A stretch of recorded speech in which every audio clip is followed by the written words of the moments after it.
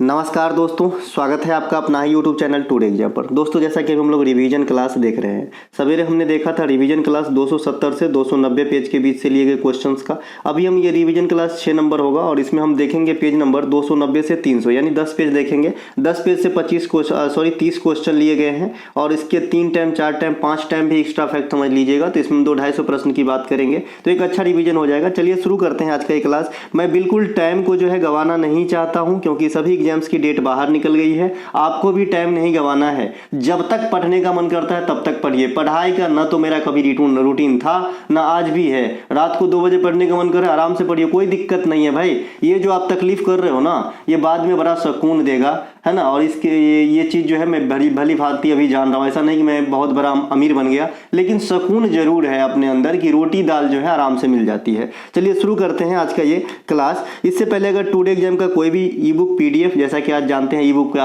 आज जो है डिस्काउंट भी लगाया गया है, तो आप ले सकते हैं। ये मोबाइल नंबर है या फिर डिस्क्रिप्शन में लिंक दिया गया है, लिंक क्लिक करके भी आपको व्हाट्सएप पे ले जाएगा, आप जो है बाय कर सकते हैं। देखिए नोट करके लिखा है, मेरा कोई ब्रांच नहीं है, कोई एप्लीकेशन नहीं है, सिर्फ एक ही यही मोबाइल नंबर है जिससे हमारा कंटेंट आदान प्रदान होता है, अन्य कहीं से नहीं होता है। चलिए शुरू करते हैं। पहला जो प्रश्न है, जनगणना 2011 के अनुसार केंद्र शासित प्रदेश में किस केंद्र शासित प्रदेश में सबसे कम घनत्व था, जन घनत्व। देखिए अगर ओवरऑल राज्य की बात करें कि सबसे कम घनत्व, तो ये आपका अरुणाचल प्रदेश का था। सबसे कम जनसंख्या घनत्व 2011 में। सबसे अधिक जनसंख्या घनत्व बिहार का था, लेकिन यहाँ पे यूटी की बात कर रहे हैं सर, तो यूटी में सबसे कम जो है अंडमान एंड निकोबार द्वीप समूह का जो है सबसे कम जन घनत्व था। कितना था जन घनत्व? कोई बच्चा, एनी बच्चा कोई बता दे कि अंडमान निकोबार में कितने व्यक्ति पर किलोमीटर थे? तो 46, है ना। और जो अरुणाचल प्रदेश है यहाँ पे 17 व्यक्ति। तो ओवरऑल पूरे इंडिया में सबसे कम जनघनत्व कहाँ का होगा? अरुणाचल प्रदेश का होगा। समझने के लिए साहब ऊपर में लिख देगा कि सबसे कम जनघनत्व किसकी है। ना तो राज पूछा ना यूटी, नीचे में अंडमान निकोबार भी है और अरुणाचल प्रदेश भी है। किसे आंसर लगाएंगे? अरुणाचल प्रदेश को, ठीक है। इसी प्रकार से जैसे जन घनत्व तो सबसे अधिक तो बिहार का है, लेकिन यूटी में दिल्ली का सबसे ज़्यादा है और ओवरऑल इंडिया में ही जन घनत्व तो सबसे ज़्यादा दिल्ली का है, तो इसे भी ध्यान रखेंगे। इसके अलावा केंद्र शासित प्रदेश में लिंगानुपात सेक्स रेशियो आपसे पूछ रहा है, तो सेक्स रेशियो की बात करेंगे तो केंद्र शासित प्रदेश में पदुचेरी हो जाएगा ना। पदुचेरी में सबसे अधिक सेक्स रेशियो है साहब, है ना, ध्यान रखेंगे। हरियाणा में राज्यों में सबसे कम सेक्स रेशियो है और केरल के अंदर सबसे अधिक लिंगानुपात है राज्यों के अंदर। तो ये कुछ डाटा जनगणना का। आपका लिटरेसी रेट ओवरऑल 74.04% था। मेल वाला लिटरेसी रेट कितना था? कोई बच्चा, मेल वाला लिटरेसी रेट कितना था? 82-14 था, है ना, 82.14। और फीमेल वाला कितने थे भाई? ये 65-46 थे ना, ये ध्यान रखेंगे। जो लिंगानुपात है कितना है? 943 है। इनके अलावा जो आपका शिशु लिंगानुपात है ये 919 था। तो ये सब ध्यान रख लेंगे, है ना। डिकैडिकल ग्रोथ आपका 17.64% था। सबसे अधिक डिकैडिकल ग्रोथ आपका मेघालय राज्य दर्शाया था और सबसे कम डिकैडिकल ग्रोथ आपका नागालैंड राज्य दर्शाया था। तो ये जनगणना का कुछ बात। भाषा की बात करें, सबसे अधिक हिंदी, दूसरा बंगाली और तीसरा आपका मराठी भाषा बोली जाती थी 2011 में लार्ज पैमाने पे। ठीक है भैया, ध्यान में रहेगा कि नहीं रहेगा? एकदम रखना होगा, है ना। इसके अलावा अगला प्रश्न है हमारा, एक सेकंड, कौन मैसेज कर रहा है? अगला जो प्रश्न है हमारा, ये प्रश्न है आपका कि मीरात उल अखबार किस भाषा में प्रकाशित की गई थी। जैसा कि आप सभी को पता है कि जो मीरात उल अखबार है ये किसके द्वारा प्रकाशित किया गया था? कोई बच्चा, मीरात उल अखबार तो ये राम मोहन राय, है ना, राजा राम मोहन राय के द्वारा जो है ये आपका प्रकाशित किया गया था। तो राजा राम मोहन राय के द्वारा। तो ये जो है आपका फारसी भाषा में, ठीक है, किस भाषा में? फारसी भाषा में प्रकाशित किया गया था, ध्यान रखेंगे। एक आपसे पूछा जाता है कि नवजीवन समाचार पत्र किस भाषा में जो है प्रकाशित हुए थे? तो ये गुजराती भाषा में प्रकाशित हुए थे नवजीवन समाचार पत्र। तो इसे ध्यान रख लेंगे, अच्छा रहेगा। नवजीवन वाले का कौन है भाई? MK गांधी है, महात्मा गांधी। तो इन्हें ध्यान रख लेंगे। इसके अलावा जो रेहला है, अभी अभी आपके एग्जाम में आया है, जो इब्न बतूता ने रेहला लिखा था सल्तनत काल में, तो ये किस भाषा में है? तो ये अरबी भाषा में लिखा गया था रेहला, ठीक है। कालिदास की अधिकांश पुस्तक को आप संस्कृत भाषा में ले जाएंगे, है ना, संस्कृत भाषा में। एक जो आपका कृष्णदेव राय का आमुक्त माल्यादा है वो आपका जो है तेलुगु भाषा में लिखा गया है, तेलुगु भाषा में। ठीक है, तोलक्कापियम क्या है आप लोग कमेंट कीजिएगा। चलते हैं आगे। बौद्ध धर्म में स्तूप में सजाए गए प्रवेश द्वार को क्या कहते हैं?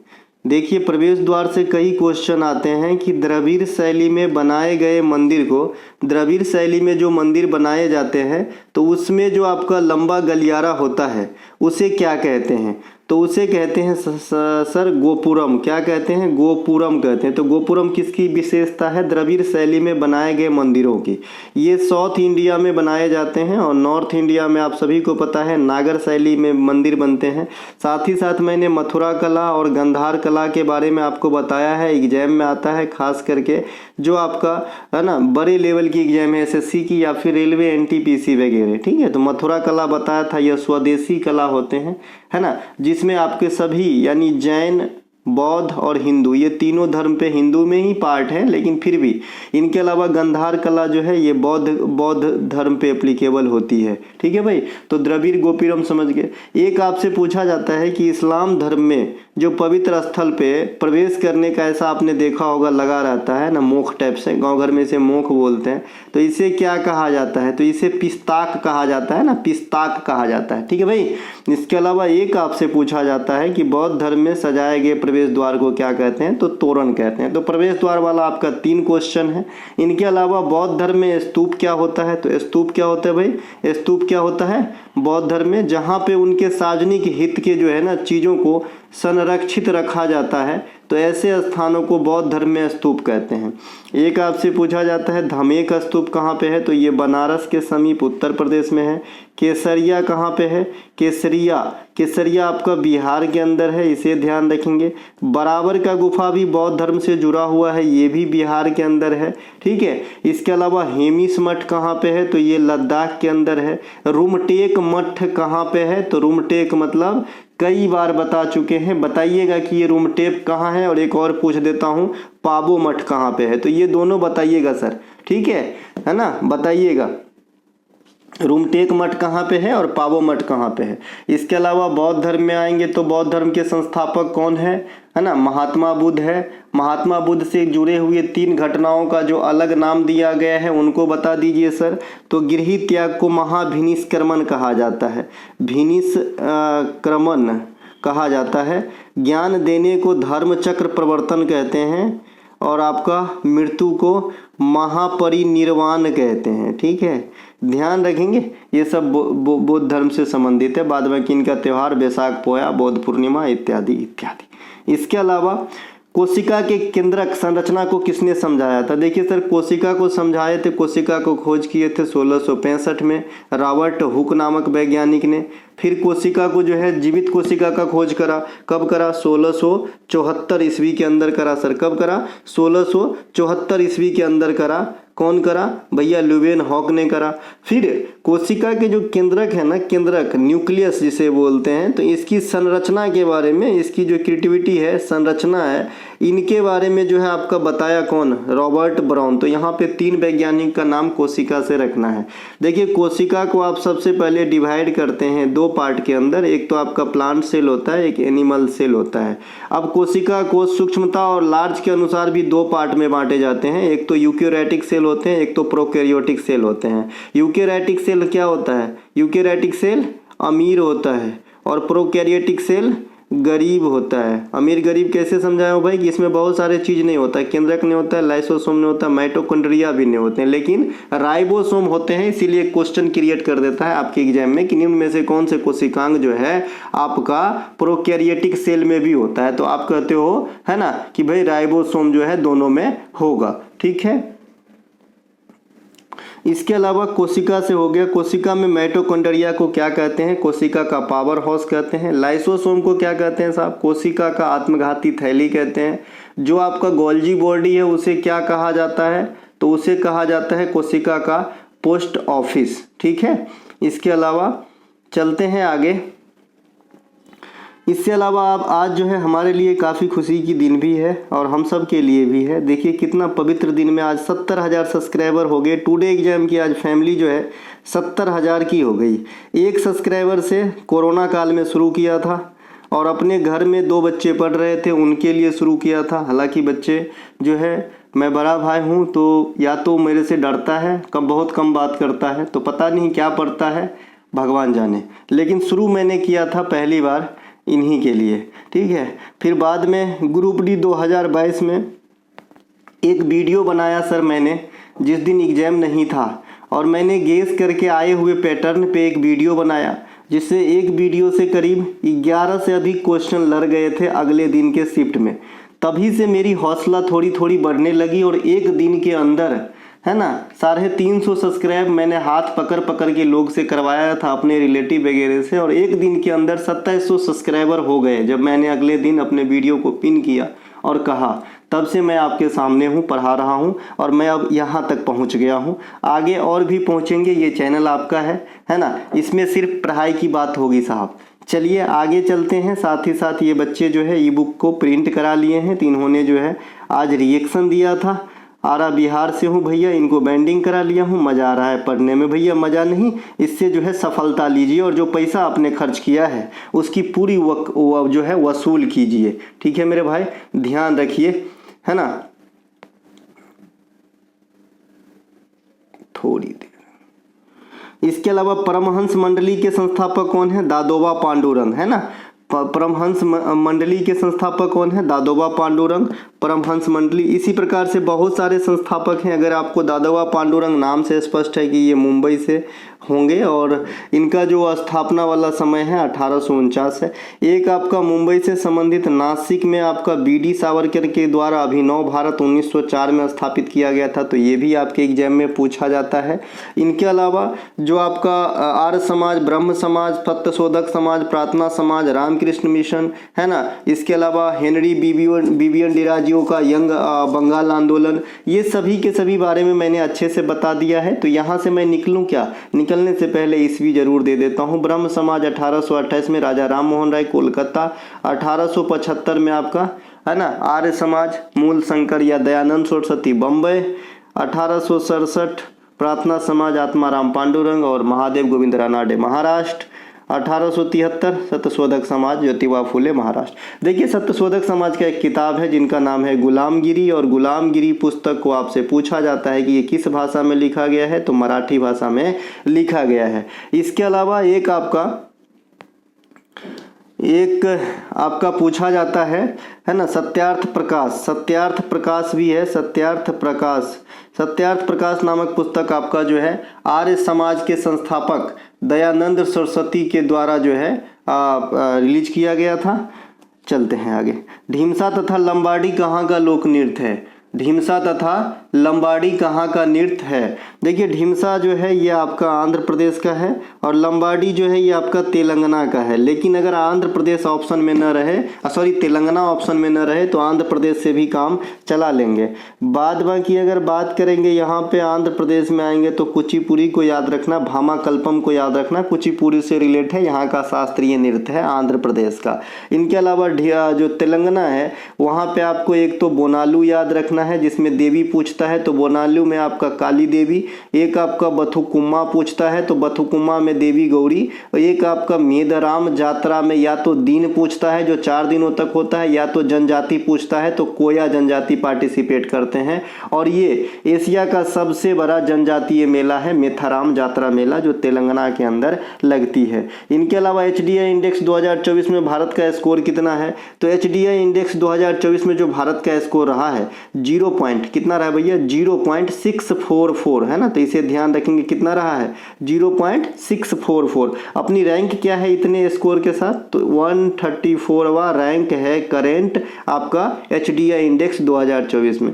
मुझे ये नहीं समझ में आ रहा था कि HDI इंडेक्स में अपनी जो पड़ोसी है बेहतर जो है आपका किया था प्रदर्शन, तो फिर वहाँ पे जो है क्राइसिस वगैरह क्यों आ गया, है ना भैया। आज सुनने में आया है कि पाकिस्तान के अंदर भी उथल पुथल हो रही है, ठीक है भैया, सुनने में आया था, है ना। इनके अलावा जो आपका भारत में, है ना, शांति वाला इंडेक्स है ना, विश्व शांति सूचकांक 2023 के अनुसार भारत को 126वां रैंक दिया गया है। तो ये भी ध्यान रख लेंगे। इनके अलावा काकोरी ट्रेन एक्शन 8 अगस्त 1925 को हुआ था, है ना। तो 8 अगस्त को महात्मा गांधी के द्वारा कौन सा आंदोलन चलाया गया, तो भारत छोड़ो आंदोलन 8 अगस्त 1942 को चलाया गया। इसे अगस्त क्रांति भी कह देते हैं, है ना। इसी में जो है क्विट इंडिया मूवमेंट में डू और डाई का नारा दिया गया था, तो इसे भी ध्यान रखेंगे। इसमें महात्मा गांधी के सहयोगी में अरुणा आसफ अली भी रहे थे, लाल बहादुर शास्त्री साहब भी रहे थे, तो इन्हें भी ध्यान रखेंगे। इनके अलावा ये कहाँ से हुआ था, मुंबई के अंदर से हुआ था। ये क्यों हुआ था, तो ये क्रिप्स मिशन के विफलता के कारण हुआ था, यानी किए गए वादा से मुकर गए। एक गीत है ना, तेरी वादों पे करके भरोसा क्या से क्या हो गए, ओ सुने होंगे, बहुत अच्छा गीत है। इसके अलावा महात्मा गांधी के अन्य आंदोलन में आएंगे तो 1917 में चंपारण सत्याग्रह सर, 1920 में असहयोग आंदोलन सर, 1930 में दांडी मार्च सर, 1942 में भारत छोड़ो आंदोलन सर, 1918 में खेरा सत्याग्रह सर, 1931 में गांधी इरविन समझौता, 1932 में पूना पैक्ट, 1924 में बेलगांव अधिवेशन, 1931 में द्वितीय गोलमेज सम्मेलन में भाग लेना, ये सब 1948 में मृत्यु को प्राप्त करना, 1915 में अफ्रीका से लौटना, 1893 में अफ्रीका जाना, ये सभी के सभी गांधी जी के ईस्वी है। इनके अलावा नेटाल भारतीय कांग्रेस के संस्थापक कौन है, गांधी जी। और फिनिक्स फार्म टोल्स्टॉय फार्म से कौन जुड़े रहे थे, गांधी जी। देखिए टेनिस के किस प्रतियोगिता को रोनाल्ड गैरोस भी कहा जाता है। देखिए टेनिस में 4 गो महाकुंभ होता है, जैसे ग्रैंड स्लैम टूर्नामेंट जो होता है 4 गो। सबसे पहले कौन सा होता है भाई, तो सबसे पहले ऑस्ट्रेलिया ओपन होता है, फिर आपका फ्रेंच ओपन होता है, फिर आपका विंबलडन होता है, फिर आपका यूएसए ओपन होता है। तो जो फ्रेंच ओपन है ना, इसे रोनाल्ड गैरोस प्रतियोगिता भी कहा जाता है, ठीक है मेरे भाई। इसके अलावा यहाँ पे बात कर लेंगे ऑस्ट्रेलिया ओपन और यूएसए ओपन, ये दोनों हार्ड कोर्ट में खेले जाते हैं। फ्रेंच ओपन क्ले कोर्ट में खेले जाते हैं और विंबलडन ग्रास कोर्ट में खेले जाने वाली प्रतियोगिता है। अगर नया और पुराना की बात करें तो सबसे पुराना हो जाएगा आपका विंबलडन, ओल्डेस्ट है ना, ओल्डेस्ट है विंबलडन। इसकी 1877 में हुआ था जी, ठीक है, ये 1877 में हुआ था, एकदम कंफर्म है क्या हम, हाँ कंफर्म है। और ऑस्ट्रेलिया ओपन सबसे नए हैं, ये 1905 में हुआ था, इन्हें भी देख लीजिएगा, ठीक है। तो एकदम जो है आपने यहाँ से कर लिया है कौन कहाँ कहाँ खेलता है। और ये वर्ष के प्रतियोगिता, एकल महिला एकल पुरुष, इसको जरूर ध्यान रखना है, आपके एग्जाम में पूछ देता है कि इस फला समय का जो है एकल, इसमें कौन जीता कौन हारा, ठीक है। इनके अलावा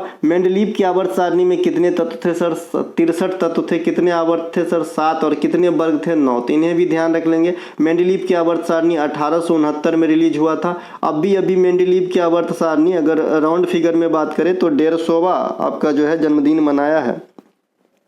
मेंडलीव की आवर्त सारणी परमाणु द्रव्यमान या भार पर आधारित हुआ करता था। मेंडलीव की आवर्त सारणी में एक जैसा तत्व के लिए एक जैसा स्थान की अभाव था। मेंडलीव की आवर्त सारणी में बहुत सारे स्थानों को भविष्य में धातु या फिर कोई अधातु या फिर कोई भी तत्व खोजे जाने की चेष्टा से खाली छोड़ी गई थी। तो ये सब थोड़ा अपवाद था इनका, इसीलिए चला नहीं, ठीक है। इनके अलावा जो है मेंडलीव का हो गया। आधुनिक आवर्त सारणी में कितने ज्ञात तत्व हैं, 118। ये कैसे हैं, 91, 20 और 7 के फॉर्मेट में। 91 धातु, 20 अधातु और 7 जो है उपधातु है, ठीक है। तो ये आपका आधुनिक आवर्त सारणी जो है ये मोसले साहब का प्रिंट है, मोसले साहब का। ये परमाणु क्रमांक पे आधारित है, ये परमाणु क्रमांक पे आधारित है। और इसमें अधिक चीजों के लिए जो है अलग अलग चीजों का जो है आपके अलग अलग ग्रुप बना दिए गए हैं। तो इसे ध्यान रखेंगे, है ना, जो है इसे ध्यान रखेंगे। इसके अलावा इसका ग्रुप वगैरह 18 है, बता दिए थे, और 18 को याद करा दिए थे। 3 से 12 डी में आ जाएगा संक्रमणीय, 1 2 अल्कलाइन हो जाता है।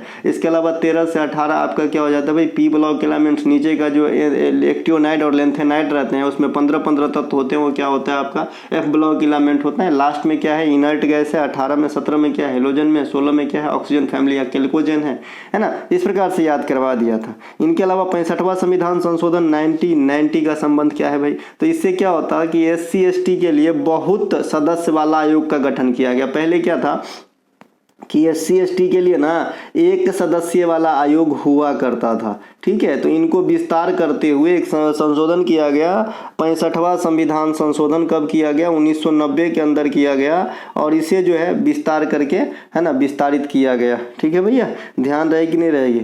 इसके अलावा जो SC/ST है, यहाँ से जो भी जाति वगैरह को नया में मिल जाता है उसको जरूर करंट सेक्शन से क्वेश्चन रखिएगा। जैसे अभी मैंने हिमाचल का हट्टी समुदाय के लोग बताए थे, मैताई समुदाय के लोग बताया था आपको, क्योंकि वो भी वहाँ भी जो है हाईलाइट हुआ था। तो ये सब ध्यान रखेंगे। और सबसे ज़्यादा जनजाति कहाँ निवास करते हैं, है ना, ST सबसे ज़्यादा निवास कहाँ, जनजाति का मतलब ST समझिएगा, है ना। तो ये आपका MP के अंदर। और सबसे अधिक SC कहाँ पे है तादादों में, सबसे अधिक SC की जनसंख्या 2011 में UP के अंदर है। हाँ सही सुन रहे हैं, सबसे ज़्यादा SC UP के अंदर निवास करते हैं, सबसे ज़्यादा ST जो है MP के अंदर निवास करते हैं। कई सारे ऐसे स्टेट है जहाँ पे ST जनजाति भी नहीं होते, वो भी चर्चा हम बाद में करेंगे, जो विस्तृत पर आएंगे। चलते हैं आगे। SC/ST जो है, इन दोनों का जो है एक संशोधन है संबंधित, कौन सा था भैया, 104वां। इससे एंग्लो इंडियन को भी जो है एक नियुक्ति की प्रथा चलती आ रही थी कि आर्टिकल 331 के अनुसार प्रेसिडेंट महोदय 2 एंग्लो इंडियन को लोकसभा में नियुक्त करेगा, तो ये भी 31 हो गया। और एक और प्रथा था कि 333 के अनुसार गवर्नर महोदय विधानसभा में 1 वो एंग्लो इंडियन की नियुक्त करेगा, तो ये दोनों प्रथा भी समाप्त हो गई। और SC/ST की जो आरक्षण सीमा था इनको भी इंक्रीज किया गया जो आपका अमेंडमेंट है 104 के थ्रू। इनके अलावा 101 GST, 102 आपका जो हो जाएगा OBC, 103 EBC EWS, और 104 जो है आपका किससे हो जाएगा भैया, अभी आपने देखा। और 106 किससे हो जाएगा, महिला संशोधन विधेयक, अभी आपने देखा होगा, आरक्षण वाला है। इनके अलावा भारत जो है विश्व व्यापार संगठन का सदस्य कब बना, तो सेम 1 जनवरी 1995 को बना था। उसी दिन WTO अस्तित्व में आया था। इससे पहले 1948 में गठित GATT है ना, गैट का स्थान कौन लिया था, WTO। तो आपसे क्वेश्चन करता है एग्जामिनर कि भारत जो है मतलब विश्व व्यापार संगठन के संस्थापक देशों में शामिल है, तो एगो भारत भी रहता है ऑप्शन में, तो भारत आपका जो है आंसर हो जाता है, यानी स्थापना के समय से ही सदस्य है। इस दोनों का मुख्यालय कहाँ पे है, जेनेवा में, यानी जब तक गैट रहा तब तक इनका भी मुख्यालय जेनेवा में, WTO बन गया तो इनका भी मुख्यालय जेनेवा में। इसी प्रकार से आपको याद होगा इंपीरियल बैंक ऑफ इंडिया 1921 में बनी थी, इसको नाम बदल के 1955 में SBI कर दिया गया, जहाँ पे आज आप खाता खुलाते हैं ना SBI के अंदर। ये इंडिया का सार्वजनिक क्षेत्र की सबसे बड़ी बैंक है। इनके अलावा और भी चीज़ें बहुत सारे कि इनका नाम परिवर्तन कर दिया गया, जैसे 1950 में योजना आयोग को 2015 में नीति आयोग से रिप्लेस किया गया। तो ये सब रिप्लेसिंग चीज़ चलता रहता है। इसके अलावा भारत विश्व बता दिए थे। इनके अलावा ललिता श्रीनिवासन का संबंध किस नृत्य से है, तो ये भरतनाट्यम से। भरतनाट्यम तमिलनाडु से है। बहुत सारे कलाकार बता दिए हैं इनका, बहुत सारे चीज़ इनके बता दिए हैं। सादिर भी कहा जाता है, अलीरप्पू, जाति स्वरम, शब्दम, तिल्लाना और मंगलम, ये सभी के सभी आपके भरतनाट्यम से जुड़े हुए हैं। इनके अलावा भरतनाट्यम के कैरेक्टर में जो है लेडीज और जेंट्स भी होता है क्या, एक सेकेंड, नहीं, महिला एकल नृत्य है। ये क्या है भाई, महिला एकल नृत्य है ना, महिला एकल नृत्य है, तो इसमें भी आपका जो है जेंट्स नहीं होगा। इनके अलावा मोहिनी अट्टम में भी सिर्फ महिला ही भाग लेती है, ध्यान रखेंगे, मोहिनी अट्टम में भी सिर्फ महिला ही भाग लेती है। इनके अलावा भरतनाट्यम को अग्नि नृत्य भी कहा जाता है, ध्यान रखेंगे। कहाँ से आपका जो भारतीय शास्त्रीय नृत्य है वो कहाँ से जो है स्रोत मिलती है, इस चीज़ की जो वाद्य यंत्र वगैरह इसमें इस्तेमाल होती है, तो आप क्या कहते हो, है ना, जो है नाट्य शास्त्र जो भरत मुनि की है, और नंदिकेश्वर का अभिनय दर्पण, तो यहाँ से हमको मिलता है।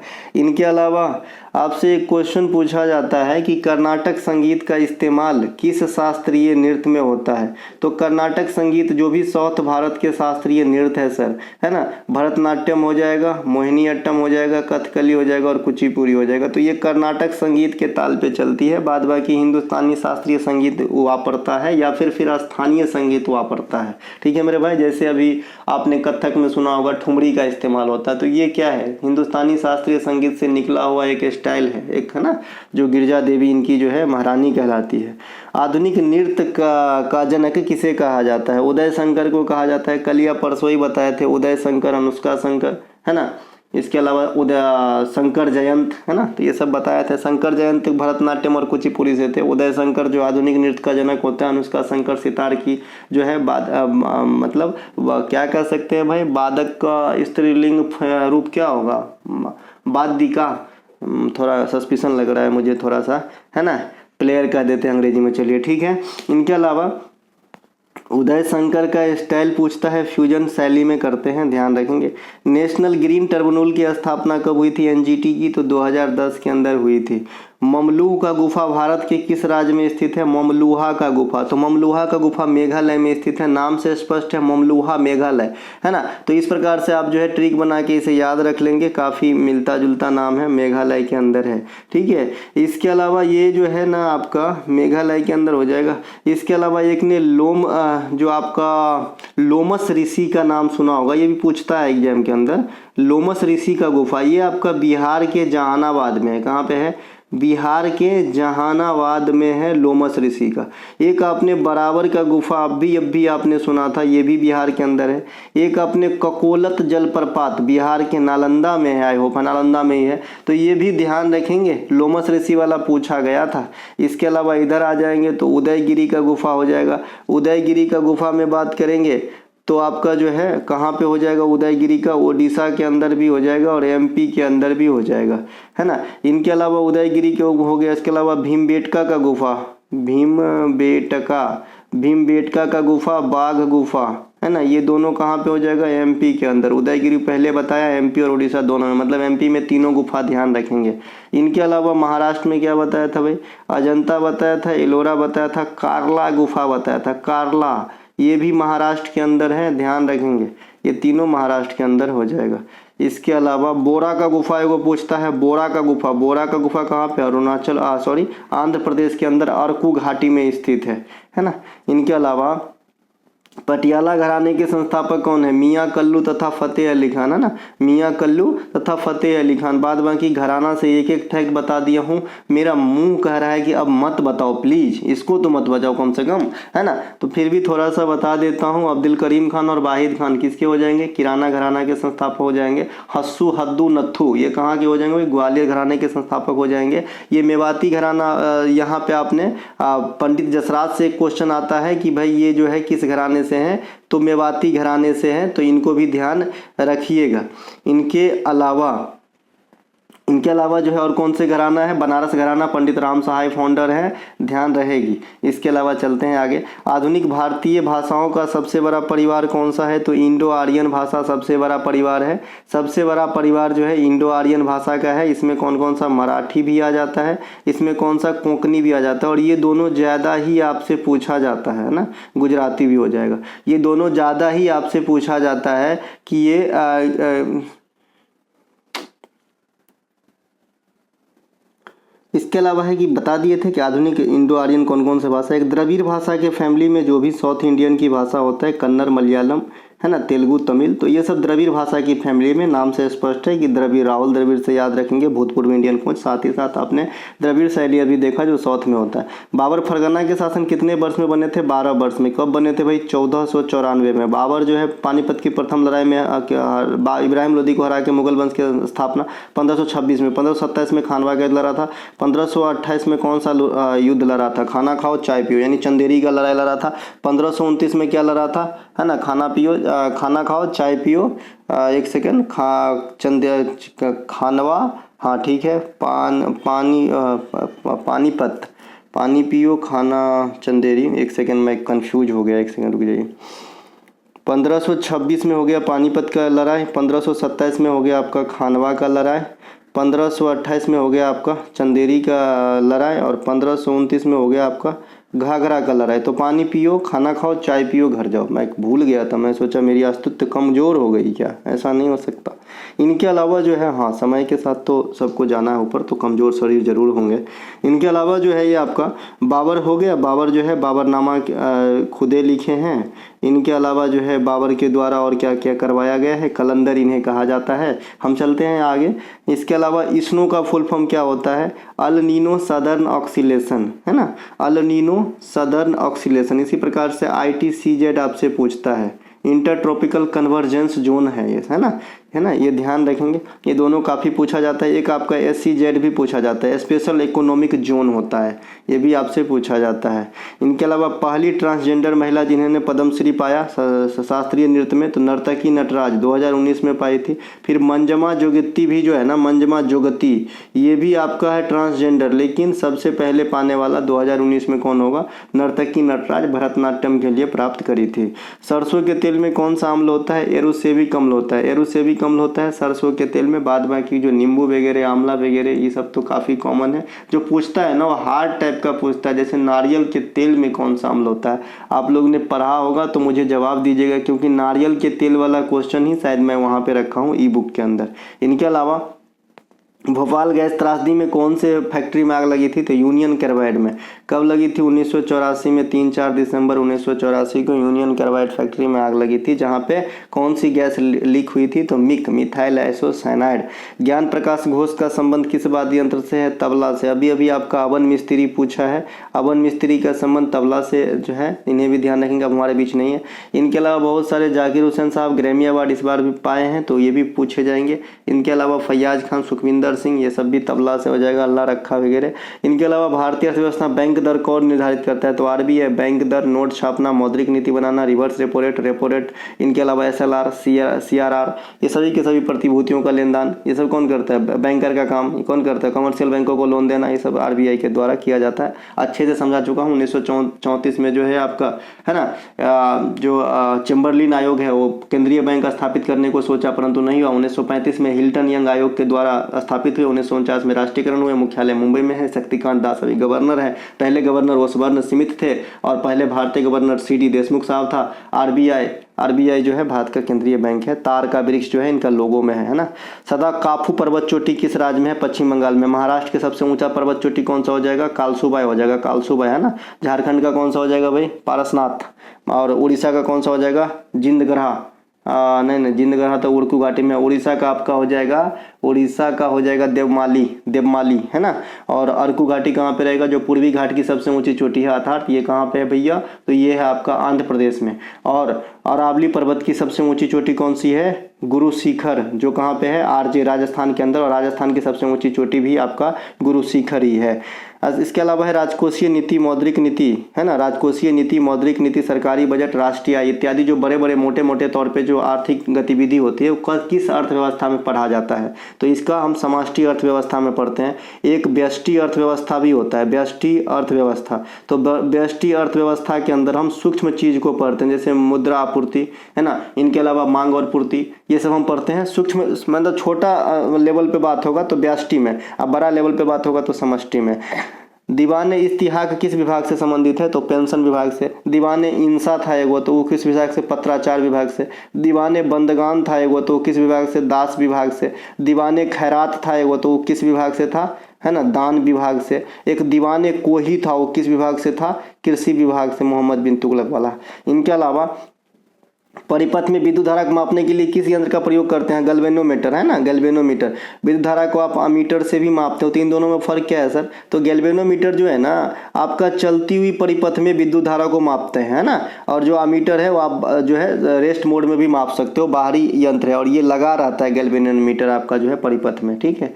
इनके अलावा आप टुडे एग्जाम के चैनल से लाभ प्राप्त कर रहे हैं या नहीं, ईमानदारी से आपको आंसर यस, नो और या फिर आपको जो समझ में आए आप कमेंट कर सकते हो। मिलेंगे हम अगले वीडियो में, तब तक जय हिंद जय भारत। डिस्क्रिप्शन में लिंक है, आप लोग जो है हमारा कंटेंट ले सकते हैं।